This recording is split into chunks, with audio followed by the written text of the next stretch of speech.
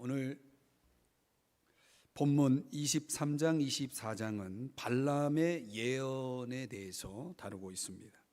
한 신학자는 이 본문이 우리가 지난주에 살펴보았던 22장에서 나귀가 등장하죠. 그 나귀가 하나님의 천사를 3번 봅니다. 한번 보실까요? 22장 23절을 보시면 22장 23절 읽지는 않겠습니다. 여기 보면 나귀가 여호와의 사자가 칼을 빼어 손에 들고 길에 선 것을 보고, 보이시나요? 이 보고라는 단어를 한번 찾아보겠습니다. 25절에 보면 나귀가 또 봅니다. 나귀가 여호와의 사자를 보고, 두 번째 보는 겁니다. 27절에 가보면 나귀가 여호와의 사자를 보고, 몇 번 봤어요? 3번 나귀가 하나님의 천사와 3번 마주친 내용입니다. 그래서 한 신학자가 이 23장, 24장에 이어지는 이 발람의 예언은 하나님께서 나귀의 눈을 열어서 보게 하신, 여호와의 사자를 보게 하신 그 3번을 반영한 것이다, 이렇게 설명을 하고 있습니다.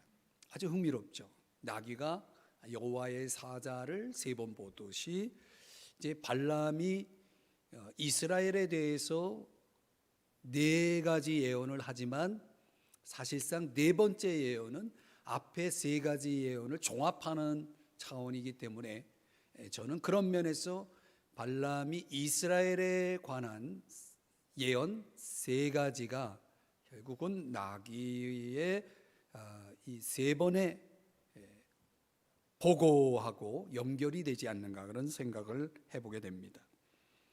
우리가 지난주에 살펴본 내용이지만 나귀는 주인 발람과 여호와의 사자 사이에 끼어 있고, 또 발람은 발락 모압 왕과 하나님 사이에 끼어서 갈등을 하고 있는 겁니다. 아주 흥미로운 대조죠. 4개의 예언이라고 하는 내용을 23장, 24장에서 보는데, 그 패턴이, 그 4개의 예언이 이루어지는 그 과정을 보면 패턴이 똑같습니다. 먼저 발락이 발람을 높은 곳으로 데리고 갑니다. 제 발음이 구별이 되나요? 발락, 발람. 제가 신경 써서 지금 하고 있거든요. 발락이 발람을 높은 곳으로 데려가서 이스라엘 백성을 보게 하는 겁니다. 두 번째 단계가 뭐냐면 발락이, 모압 왕 발락이 7개의 제단을 쌓고 거기다 제물을 드리는 내용이 나옵니다. 세 번째는 이번엔 발람이 하나님께 묻습니다. 그리고 4번째는 발람이 예언을 합니다. 5번째는 모압 왕 발락이 발람에게 화를 냅니다. 발락이 발람을 초대한 목적이 뭐냐면 저주해달라는 건데, 반대로 축복을 하니까 발락, 모압 왕 발락이 화를 내면서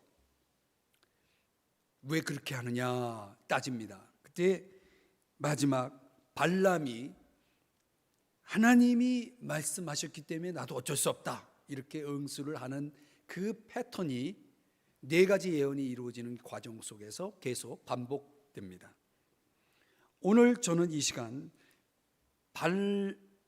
발람의 예언에 담긴 이스라엘의 특징을 함께 생각해 보면서, 그 발람의 입에서 나온 예언이 이스라엘에 대한 예언인데, 그 이스라엘에 대한 예언이 오늘날 영적 이스라엘인 우리들에게도 그대로 적용된다는 것을 먼저 설명을 드리면서, 그 구체적인 예언이 어떤 내용이고 그것이 우리들에게는 어떻게 적용되는지, 신약의 영적 이스라엘이라고 하는 교회, 저와 여러분을 향해서는 어떻게 적용되는지를 함께 생각하면서 은혜를 받고자 합니다.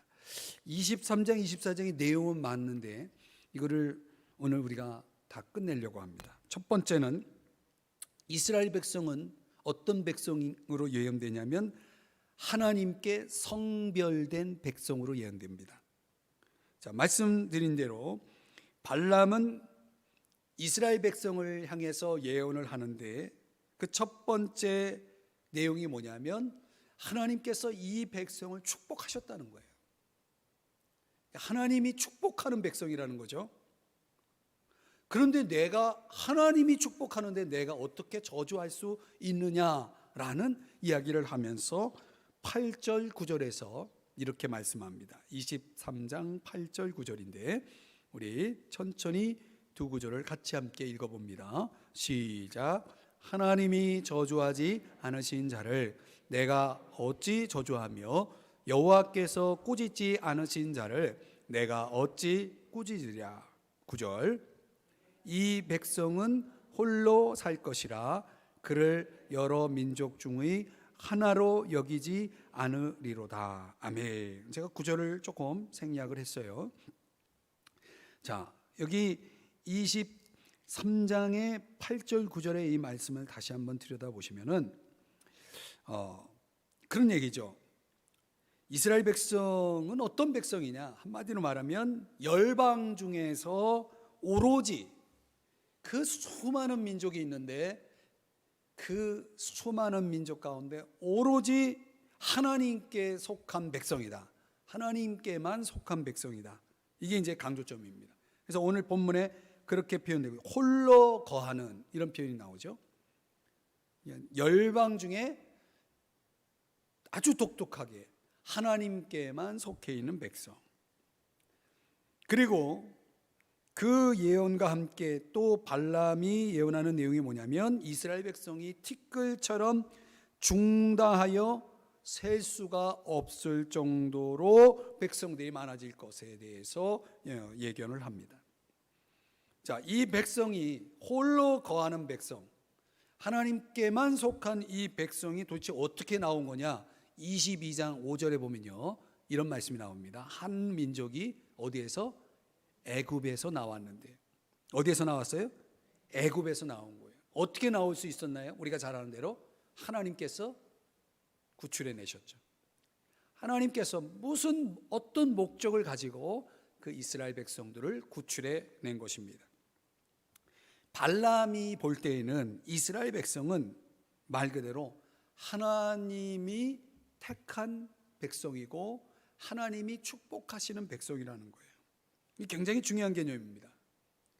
그러니까 발람이 볼 때 이스라엘 백성은 하나님이 택하셨고 축복하셨기 때문에 그게 이스라엘 백성이에요. 근데 발람은 이스라엘 백성이 아닙니다.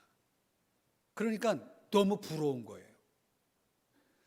여러분, 세상 사람들이 우리 하나님의 자녀, 하나님의 백성인 우리들을 보면서 부러워합니까? 하나님이 나를 택했다는 것 때문에, 하나님이 나를 축복하시는 것 때문에 세상 사람들이 우리를 보면서 부러워합니까? 나도 저 그룹에 저 사람들 속에 들어갔으면 좋겠다, 이런 생각을 갖게 합니까? 지금 발람이 여기까지 이르는 겁니다.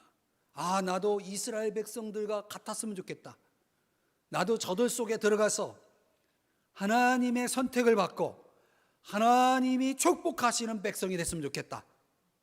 이런 차원에서 23장 10절을 보겠습니다.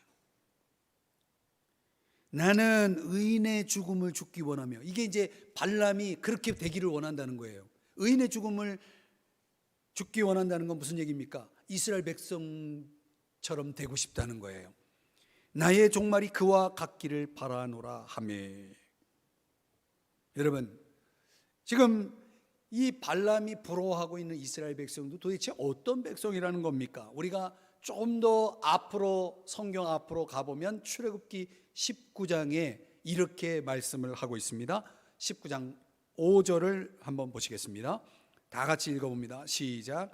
세계가 다 내게 속하였나니 너희가 내 말을 잘 듣고 내 언약을 지키면 너희는 모든 민족 중에서 내 소유가 되겠고. 6절 너희가 내게 대하여 제사장 나라가 되며 거룩한 백성이 되리라. 너는 이 말을 이스라엘 자손에게 전할지니라. 아멘. 이스라엘 백성들을 하나님께서 출애굽시키고 이제 시내산에 불러 모은 다음에 그들에게 모세를 통해서 하나님께서 말씀하신 거예요. 그들은 내 소유가 될 것이다 라고 말씀하십니다. 내 소유다, 내 거다. 그리고 그들은 제사장 나라가 될 것이고 거룩한 백성이 될 것이다 라고 말씀을 하신 거예요. 그러니까 하나님이 친히 택하셔서 이렇게 말씀하신 민족은 이스라엘 백성 외에는 없습니다. 어떤 나라와도 비교될 수 없는 하나님의 거룩한 백성이 될 것에 대해서 이미 말씀을 하셨어요. 여러분, 그런데요, 오늘 저와 여러분은 어떤가요? 지금 오늘날 믿는 저와 여러분은 어떤 사람입니까? 베드로전서 2장 9절을 보겠습니다. 베드로전서 2장 9절에 보면 그러나 너희는 택하신 족속이요 왕같은 제사장들이요 거룩한 나라요 그의 소유가 된 백성이니 이는 너희를 어두운 데서 불러내어 그의 기이한 빛에 들어가게 하시니에 아름다운 덕을 선포하게 하려 하심이라. 10절 제가 읽습니다. 너희가 전에는 백성이 아니더니 이제는 하나님의 백성이요 전에는 긍휼을 얻지 못하였더니 이제는 긍휼을 얻은 자니라. 여러분, 신약의 그리스도인들, 하나님의 자녀된 저와 여러분을 출애굽기 19장 5절 6절에서 이스라엘 백성을 택하시고 그들을 향해서 너희는 내 것이다, 내 소유다, 너희는 제사장 나라여 거룩한 백성이 될 것이다 라고 말씀하신 그 말씀을 베드로는 누구에게 적용합니까? 우리에게 적용하고 있어요. 우리는 어떤 사람들입니까? 오늘 말씀하는 것처럼 택하신 족속이요 왕같은 제사장들이요 거룩한 나라요 그의 소유가 된 백성이다 라고 말씀합니다. 여러분, 우리가 이것을 잊지 말아야 됩니다. 오늘 발람이 이스라엘을 예언했던 내용이 우리들에게 그대로 적용되는 것을 볼 수가 있습니다. 우리는 전에 백성이 아니었습니다. 그러나 이제는 하나님의 백성이 됐습니다. 전에는 긍휼을 얻지 못했습니다. 이제는 긍휼을 얻은 자입니다. 우리는 어떤 자들입니까? 하나님을 위해 성별된 자들입니다. 아멘. 그렇기 때문에 오늘 사도 이 베드로는 뭐라고 말합니까? 이는 너희를 어두운 데서 불러내어 그의 기이한 빛에 들어가게 하시니 아름다운 덕을 선포하게 하려 하십니다.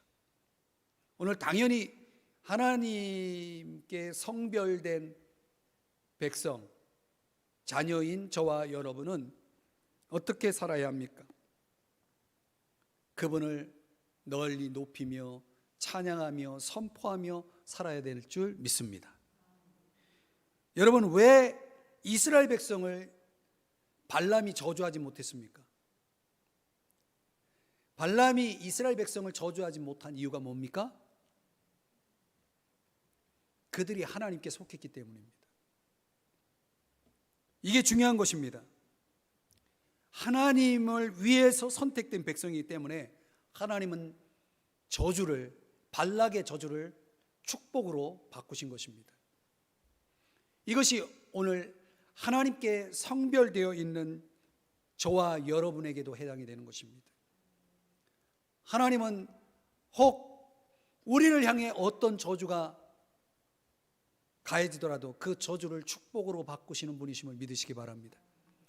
우리의 삶에 주어질 어떤 저주도 하나님은 그것을 축복으로 바꾸시는 그런 은혜가 오늘 우리들에게도 적용된다는 사실을 믿으시기 바랍니다. 그래서 하나님 모든 저주를 축복으로 바꾸어 주신, 우리를 성별하신 그 하나님을 향해서 우리가 해야 할 일은 늘 그분께 감사하며 찬양하며 살아야 될 줄 믿습니다. 이게 첫 번째 이 예언의 적용입니다. 두 번째는 하나님이 함께 하시는 백성입니다. 하나님이 함께 하시는 백성. 여러분, 저주하라고 초대해야 한 이 발람이 축복을 하니까 발락 모압 왕이 화가 났어요. 그래도 어쩔 수 없잖아요. 근데 포기하지 않고 다시 저주해 달라고 부탁을 합니다. 그런데 이 발람이 요지부동이에요. 그러자 이제 발락이 이스라엘 백성들이 적게 보이는 비스가산 꼭대기로 장소를 옮겨서 이 발람을 이제 데리고 갑니다. 그리고 이제 저주해 달라는 겁니다. 그런데 이 발람이 이스라엘 백성들이 어떤 사람이냐? 이스라엘 백성들이 어떤 백성들이냐면 하나님을 자기들의 힘으로 삼는 백성이에요. 하나님을 자기들의 힘으로 삼는 백성들이에요. 그러니 얼마나 강력하겠어요. 이 발람이 볼 때는 이 백성은 난공불락이에요.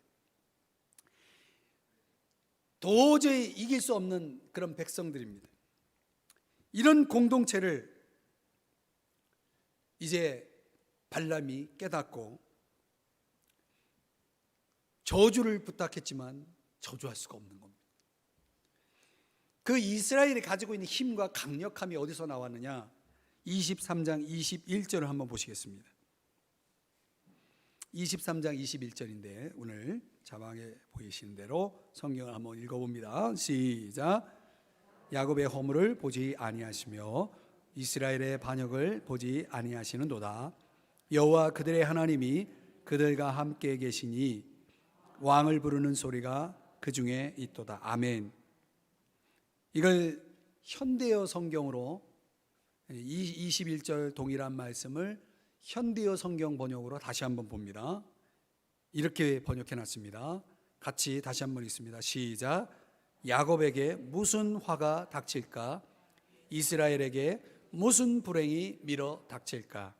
하나님 여호와께서 그들과 함께 계시니 여호와 우리의 왕이시라 외쳐대는 그 소리 하늘을 찌르는구나. 이제 이스라엘 백성들은 어떤 백성들이냐면 하나님을 우리의 왕이라고 부르짖는 백성들이라는 거죠. 이건 상당히 군사적인 표현입니다. 군사적. 이 왕은 어떤 왕이냐면 소위 현대적으로 말하면 사령관입니다. 전쟁을 진두지휘하는 이끄는 사령관. 그런 왕이 이끄는 군대는 하나님이 이끄는 군대는 오늘 본문에 우리 현대어 성경 번역본으로 보면은 무슨 불행이 그들에게 밀어닥칠까?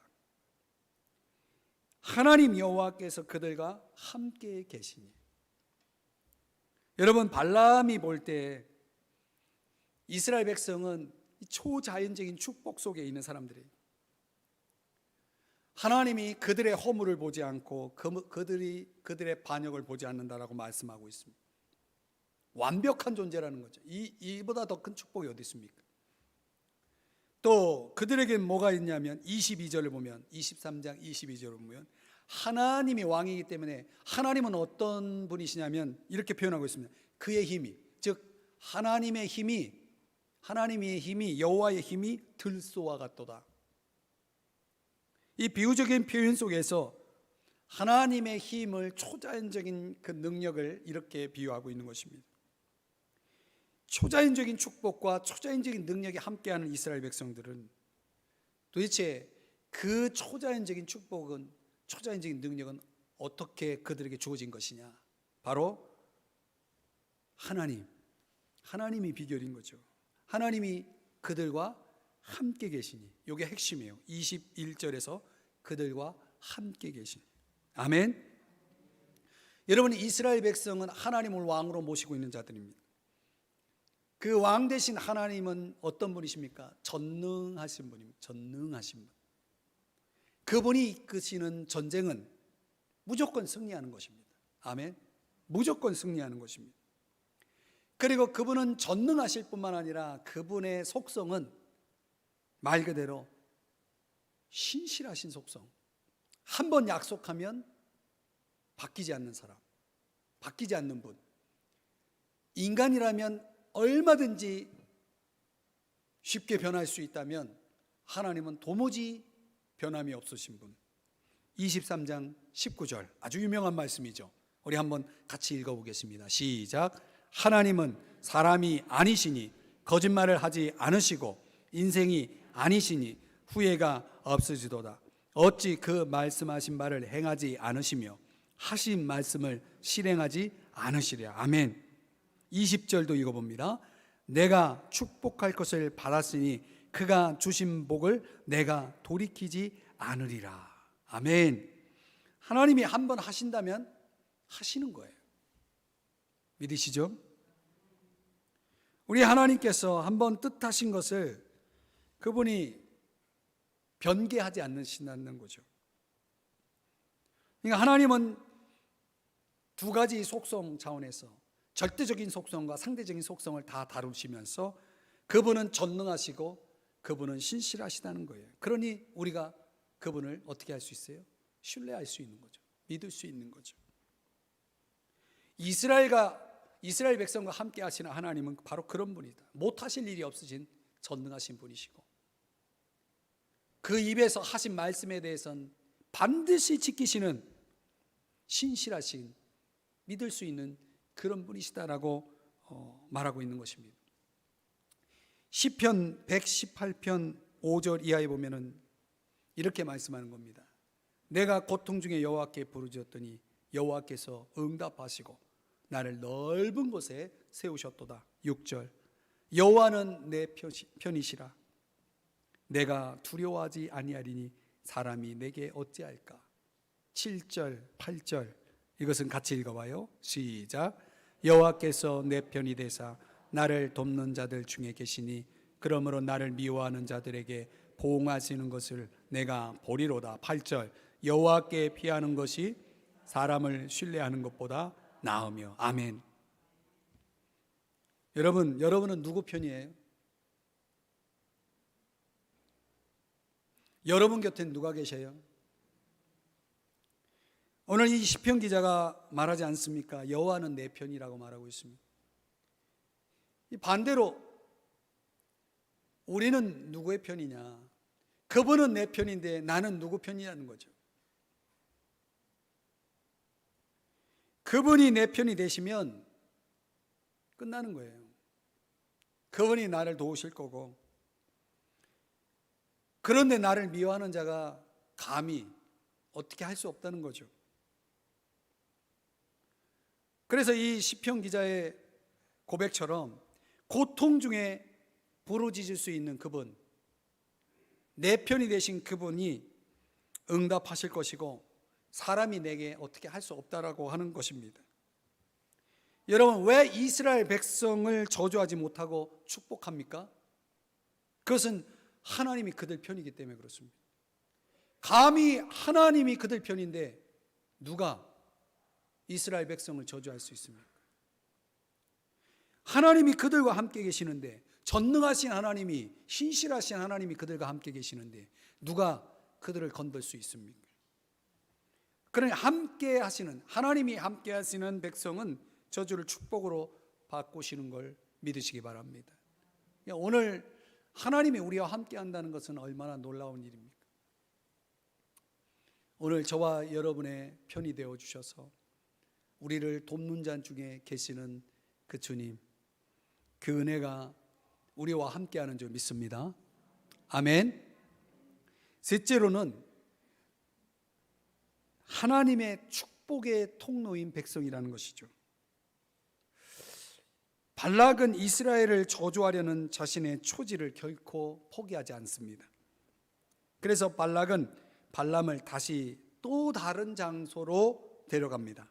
광야가 내려다 보이는, 이번에는 부올산, 요단 동편에 위치한 부올산이라는 곳에 가서 제사를 드리고 발람의 저주를 또 한 번 부탁합니다. 아주 집요한 사람이죠. 마치 사탄이 우리를 저주하기를 원하는 것처럼, 우리가 저주받기를 원하는 것처럼 집요하게 우리를 공격해서 우리가 저주받고 멸망하기를 원하는 것처럼 이 발락은 이스라엘 백성을 끝까지 저주하려고 이렇게 발악을 하고 있는 것입니다. 그런데 발람이 가만히 보니까 이건 큰일 날 일이에요. 이스라엘 백성을 저주했다가는 큰일 날 일이에요. 더 이상 하나님께 이상한 조작을 시도하지 않습니다. 왜냐하면 하나님의 절대 주권을 이 발람이 깨달은 것입니다. 24장 1절을 보십니다. 24장 1절 다 같이 읽어봅니다. 시작. 발람이 자기가 이스라엘을 축복하는 것을 여호와께서 선히 여기심을 보고 전과 같이 점수를 쓰지 아니하고 그의 낯을 광야로 향하여. 제가 이 말씀을 보고 은혜를 받았어요. 발람이 뭘 봤어요? 자기가 이스라엘을 축복하는 것에 대해서 하나님이 너무 기뻐하신다는 걸 깨달은 거예요. 여러분, 하나님은 뭘 기뻐하실까? 하나님은 어떤 걸 기뻐하십니까? 축복하는 걸 기뻐하세요. 누구를? 오늘 본문에서는 이스라엘이라고 말하고 있죠. 여러분은 여러분의 인생 속에 얼마나 축복이 있습니까? 얼마만큼의 축복이 있습니까? 여러분들은 축복하며 사시나요? 하나님이 내가 축복하니까 하나님 너무 기뻐하시는 걸 깨닫고 여기 본문에서는 선히 여기심을 보고 이렇게 말하고 있죠. 이제 더 이상 소위 말하는 잔머리를 쓰지 않고 다른 어떤 그런 점수를 쓰지 않고 이제는 하나님이 기뻐하신다는 걸 알고 나서 그냥 그것을 거기에 집중하고 있는 것을 볼 수 있습니다. 하나님이 기쁘게 여기는 것을 안으부터는 아주 이스라엘 백성들을 향해서 축복을 쏟아 놓습니다. 이스라엘의 번영, 풍요, 그 위세 당당함을 노래하고 축복하고 있습니다. 거기에다가 이런 축복하고자 할 때 발람에게 하나님의 영이 임하십니다. 그리고 거기에다가 미래를 예견하게 되는데 24장 7절에 보면 이렇게 말합니다. 그의 나라가 어떻게 해요? 흥왕하리로다.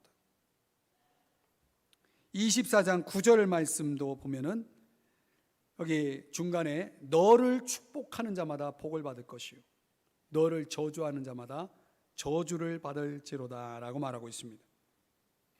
그러니까 하나님의 의중을 발람이 눈치를 챈 겁니다. 하나님은 이스라엘 백성을 축복하는 자를 축복합니다. 이스라엘 백성을 저주하는 자를 저주합니다. 그러니까 적극적으로 보면 이스라엘 백성은 어떤 사람이냐면 열방의 축복과 저주를 결정하는 기준점입니다. 그들을 어떻게 대하느냐가 내가 복을 받을지 저주를 받을지를 결정하는 거예요. 이게 굉장한 개념인 걸 여러분 아십니까? 하나님은 이스라엘 백성을 엄청난 부와 번영을 누리게 하실 거고 이스라엘 백성들은 장차 아주 더 위대하고 더 강력한 민족이 될 것을 예언하면서 감히 그런 이스라엘 백성을 대적하면 멸절될 것을 예언하고 있는 것입니다. 아주 강력한 백성이 되는 것입니다. 그리고 이것을 비유적으로 설명하면 그들의 거처는 물가에 심긴 나무처럼 번성할 것이다 이렇게 말하고 있고 그들의 위력은 통에 물이 넘치듯이 그 위력이 점점 주변에 흘러 넘칠 것을 그렇게 예언하고 있는 것입니다. 말씀드린 대로 축복과 저주를 가르는 기준점이 되어지는 것입니다. 그러니 발람이 잘 되려면 어떻게 됩니까? 이스라엘 백성을 축복해야죠. 내가 잘 되는 방법은 뭡니까? 내가 복을 받는 방법이 뭡니까? 축복하는 겁니다. 축복하는 겁니다. 근데 이 사상이 언제 시작되냐면 이스라엘 민족의 조상이라고 하는 아브라함에게서부터 시작됩니다. 창세기 12장 3절 다 같이 읽어봅니다. 시작. 너를 축복하는 자에게는 내가 복을 내리고 너를 저주하는 자에게는 내가 저주하리니 땅의 모든 족속이 너로 말미암아 복을 얻을 것이라 하신지라. 땅의 모든 족속이 너 때문에 복을 받을 것이다. 왜? 2절에 가보면 이렇게 말씀하죠. 너는 복이 될지라 라고 말씀하고 있죠. 아멘. 아멘. 여러분 이 약속을 믿으시기 바랍니다. 복과 저주를 가르는 기준점이 된다는 사실을 믿으시기 바랍니다. 내 주변은 복의 기준이 되는 나를 통해서 복을 받게 되어 있는 것입니다. 그걸 그대로 보여준 사람이 누구냐면 요셉입니다. 창세기 39장 한번 보실까요? 3절서부터 5절의 내용만 보면 그의 주인이 누굽니까? 보디발, 그죠? 12대장 보디발. 그의 주인이 여호와께서 그와 함께 하심을 보면, 누구와 함께 하는 거? 요셉과 함께 하는 걸 봤다는 거예요. 하나님을 모르는 보디발 그 주인이 자기의 노예인 요셉과 하나님이 함께 하는 걸 봤다는 거예요. 어떻게 봤을까? 어떻게 봤을까요? 하나님이 눈에 보입니까? 하나님이 함께 한다는 걸 어떻게 봤다는 얘기입니까? 또 보면 여호와께서 그의 범사에 형통하게 하심을 보았더라. 도대체 저 노예는 어떤 노예길래 뭔가 맡기면 잘 되는 거예요. 뭔가 시키면 일사천리로 잘 되는 거예요. 4절을 보시겠습니다. 끝부분에 보면 그러니까 주인이 쟤한테만 맡기면 모든 게 다 잘 돼. 그래서 어떻게 합니까? 가전 총무로 삼고 자기의 소유를 다 그의 손에 맡겨요. 그리고 5절 다 같이 읽어봅니다. 시작. 그가 요셉에게 자기의 집과 그의 모든 소유물을 주관하게 한 때부터 여호와께서 요셉을 위하여 그 애굽 사람의 집에 복을 내리심으로 여호와의 복이 그의 집과 밭에 있는 모든 소유에 미친지라. 여기에 핵심이 뭐냐면 이 5절에서 중앙 가운데에 있는 말씀이에요. 여호와께서 그 보디발 12대장의 뭐가 예쁘다고 그 집안에 복을 주십니까? 뭐 때문에? 요셉을 위해서 주시는 거예요. 이게 너는 복이 될지라라는 것을 그대로 보여준 좋은 사례입니다. 저와 여러분이 이런 존재로 살아갈 수 있기를 주의 이름 축복합니다. 하나님께서 나를 위해서 내 손이 미치는 것에 복을 주시는 역사.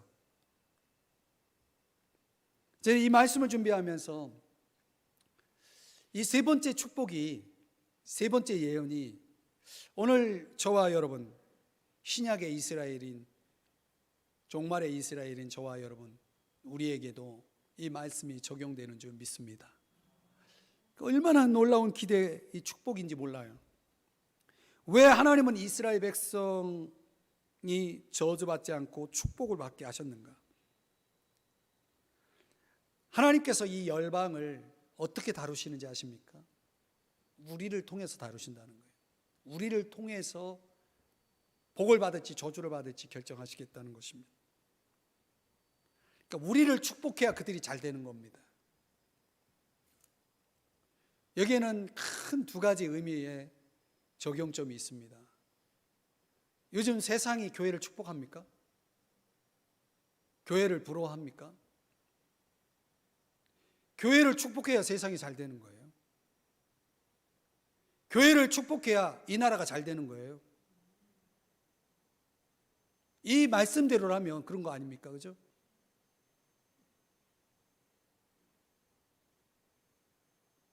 그런데 오늘 우리의 현실을 보면 교회가 세상으로부터 축복을 받습니까?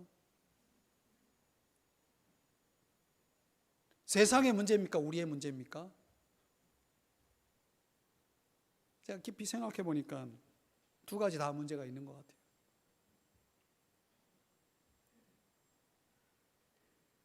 하나님께서 저와 여러분을 하나님의 선택을 통해서 하나님 자녀가 되게 하시고 우리를 통해서 열방을 축복하기를 원하시는데, 열방을 복 주시기를 원하는데, 그런 복의 통로가 될 우리들이 진정 복의 통로가 되고 있느냐라고 하는 것이죠.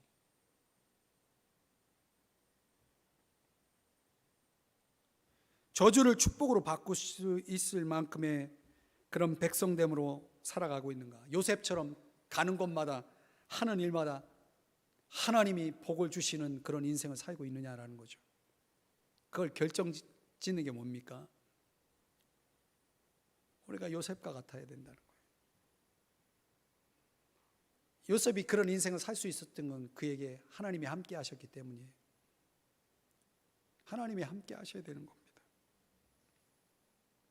오늘 이 발람의 예언의 절정 결론을 말씀드리면 그리스도에 대한 예언으로 마무리되고 있어요. 24장 17절의 말씀에 가보면, 여러분 스크린에 자막에는 없습니다. 24장 17절에 보면 한 별이 야곱에게서 나오며, 여기 한 별이 나옵니다. 이 한 별은 부분적으로는 다윗의 왕조를 가리키지만 결국은 메시아 그리스도를 통해서 성취가 됩니다. 그러니까 이스라엘은, 종말론적으로 보면은 이스라엘은 그리스도가 재림하시게 되면 그들에게는 완전한 통치가 주어지고 천년 왕국이 펼쳐집니다. 이스라엘에게 우리 주님이 이제 재림하셔서 이스라엘에게 주실 축복이 그렇습니다. 그리고 이스라엘을 대적한 모든 대적들을 심판하시게 될 것입니다. 그게 종말에 펼쳐질 하나님의 시간표입니다. 오늘날 저와 여러분 영적인 이스라엘이 먼저 구원의 수가 차면, 로마서 11장에서 말씀하는 것처럼 이방인의 수가 완전히 차버리면, 그러니까 이방 교회들이, 구원받을 자들이 채워지고 주님이 공중에 재림하시게 되면 이제 남은 하나님의 그 시간표에 따라서 이스라엘, 저 유대 땅에 있는 이스라엘 백성들의 구원의 작업이 이루어지고, 그리고 그들이 지상 재림할 예수님과 함께 천년 왕국에 참여하게 되면은 이제 마지막 끝날이 이제 오는 것입니다. 마지막 심판, 백보자 심판과 함께 새하늘 새 땅이 펼쳐지는 것입니다. 그리스도라고 하는 그 예언의, 그 네 번째 예언의 내용을 통해서 우리는 결국은 앞에서 성별되고 하나님이 함께 하시고 모든 민족의 축복의 통로가 될 수 있다라고 하는 이 세 가지는 결국 그리스도를 통해서만이 주어질 수 있는 축복입니다. 이해가 되십니까? 그 네 번째 예언이 결국 세 개의 예언을 한데로 묶어버리는 것입니다. 신약의 그리스도인 우리는 예수 그리스도를 통해서 성별될 수 있습니다. 그분에게 속할 수 있습니다. 예수 그리스도를 모셔야만이 임마누엘, 하나님이 우리와 함께 하십니다. 그래야 요셉과 같은 축복을 받게 되는 겁니다. 그분이 우리와 함께 하셔야, 주님이 내 마음속에 들어오셔서 나와 함께 하셔야, 그래야 요셉과 같은 인생을 살게 되는 것이고, 주님이 나와 동행하시는 삶을 통해서 우리는 이제 세상에 저와 여러분은 축복의 통로가 되는 것입니다. 그걸 위해서 하나님이 주신 놀라운 한 가지가 있는데, 그게 뭡니까? 그게 뭐예요? 복음입니다. 복음. 그래서 창세기 12장 3절을 갈라디아서 4장에서는 그래서 그걸 복음으로 풉니다. 저와 여러분에게 열방을 축복하는 통로가 되게 하신 것은, 그들이 복을 받을지 저주를 받을지를 결정하는 기준점이 되는 것은 저와 여러분이 복음을 전해주느냐 그렇지 않느냐에 결정된다는 거예요. 왜 세상이 우리를 축복하지 않으면 안 되느냐? 그들이 우리를 축복하는 시점이 언제인지 아십니까? 그들이 복음을 받아들일 때예요.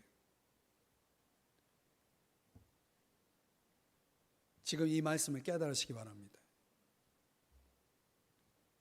교회가 아주 선하면 세상이 교회를 축복할 줄 아십니까?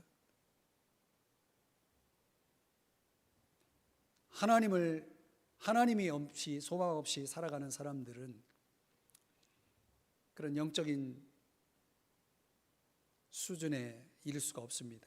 고린도전서 2장에 보면은 하나님의 영이 없는 자들은 그 분별할 수 없기 때문에, 하나님으로부터 오는 것을 깨닫지 못하기 때문에 그렇게 할 수가 없는 겁니다. 그러나 이 세상이 마침내 교회를 향해 축복할 때가 언제냐면, 그들 속으로 복음이 들어가면 이루어지는 것입니다. 그래서 하나님은 저와 여러분을 축복의 통로로 쓰실 때 그저 우리가 뭐 세상적으로 잘 돼가지고 그들을 축복하라는 그런 개념이 아니고, 이게 신약이 와서는 그걸 결정하는 게 복음입니다. 교회가 복음을 전해야 세상도 교회를 축복합니다. 복음이 핵심입니다. 그게 바로 네 번째 예언에서 우리에게 가르쳐주는 아주 중요한 진리인 것입니다. 그런데 교회가 복음을 전하지 않으면 교회라는 집단은 더 이상 교회가 될 수가 없는 것이고 세상으로부터 환영받을 수 없는 것입니다. 오늘날 한국교회의 위기는 바로 그것이죠. 복음을 전하지 않는 것에 있는 것입니다. 이 어려운 때에 저와 여러분들 속에 복음의 능력이 있어서 모든 믿는 자에게 구원을 주시는 하나님의 능력인 이 복음을 전함으로 예수 믿어야 하나님이 함께 하시고 예수 믿어야 진정 복이 있음을 확신하시고 우리는 그저 예수가 함께하는 저와 여러분의 인생에 만족하지 말고 예수가 함께하는 이웃들에게 하나님의 축복이 함께할 수 있도록 복음을 전해주시는 여러분 모두가 될 수 있기를 주의 이름 축복합니다.